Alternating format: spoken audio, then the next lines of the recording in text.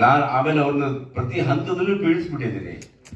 ಯಾಕೆ ಹೇಗೆ ಏನಂತ. ಅದರಲ್ಲಿ ಒಂದು ನನಗೆ ಎಸ್ಕೇಪಿಸಮ್ ಏನಂತಂದರೆ, ನಾನು ಗುಂಡಪ್ಪನವರ ಚಿಕ್ಕಪ್ಪ, ಆದ್ರಿಂದ ನನಗೆ ಅಷ್ಟೆಲ್ಲ ಜವಾಬ್ದಾರಿ ಇಲ್ಲ ಅಂತ ಕಾಣ್ತದೆ. ಸೋದರ ಮಾವ. ಹೀಗಾಗಿ ನಾನು ತಪ್ಪಿಸ್ಕೊಂಡಿದ್ದೀನಿ. ಅಂದರೆ ಹೆಜ್ಜೆ ಹೆಜ್ಜೆಗೂ ನಾನು ಪ್ರಶ್ನೆ ಕೇಳಿದ್ದೀನಿ ಅವರಿಗೆ. ಯಾಕಂದ್ರೆ ನಾನು ಎಲ್ಲೂ ಕಗ್ಗವನ್ನು ಬಾಯ್ಬಿಟ್ಟು ಹೇಳೋದಿಲ್ಲ. ನನ್ನ ಮಾತೇ ಕಗ್ಗ ಅಂತ ಅವ್ರು ಹೇಳ್ತಾರೆ ಆ ಚಿತ್ರದಲ್ಲಿ. ಆ ಥರ ಬರೆದಿದ್ದಾರೆ ಅವರು. ಅಂತ ಸಾಹಸಿ ರವಿಗೂ ಒಳ್ಳೇದಾಗಲಿ, ಮತ್ತು ಇದಕ್ಕೆ ಹಣ ಹಾಕಿದಂಥ ಕುಮಾರ್ಗೂ ಒಳ್ಳೇದಾಗಲಿ. ನಿಮ್ಮ 2ನೇ ಚಿತ್ರ ಯಶಸ್ವಿ ಆಗಲಿ, ನನಗೆ ಮರ್ಯಾದೆ ಉಳಿಯುತ್ತೆ ಅಂತ ನಾನು ಹೇಳ್ಕೊತೀನಿ.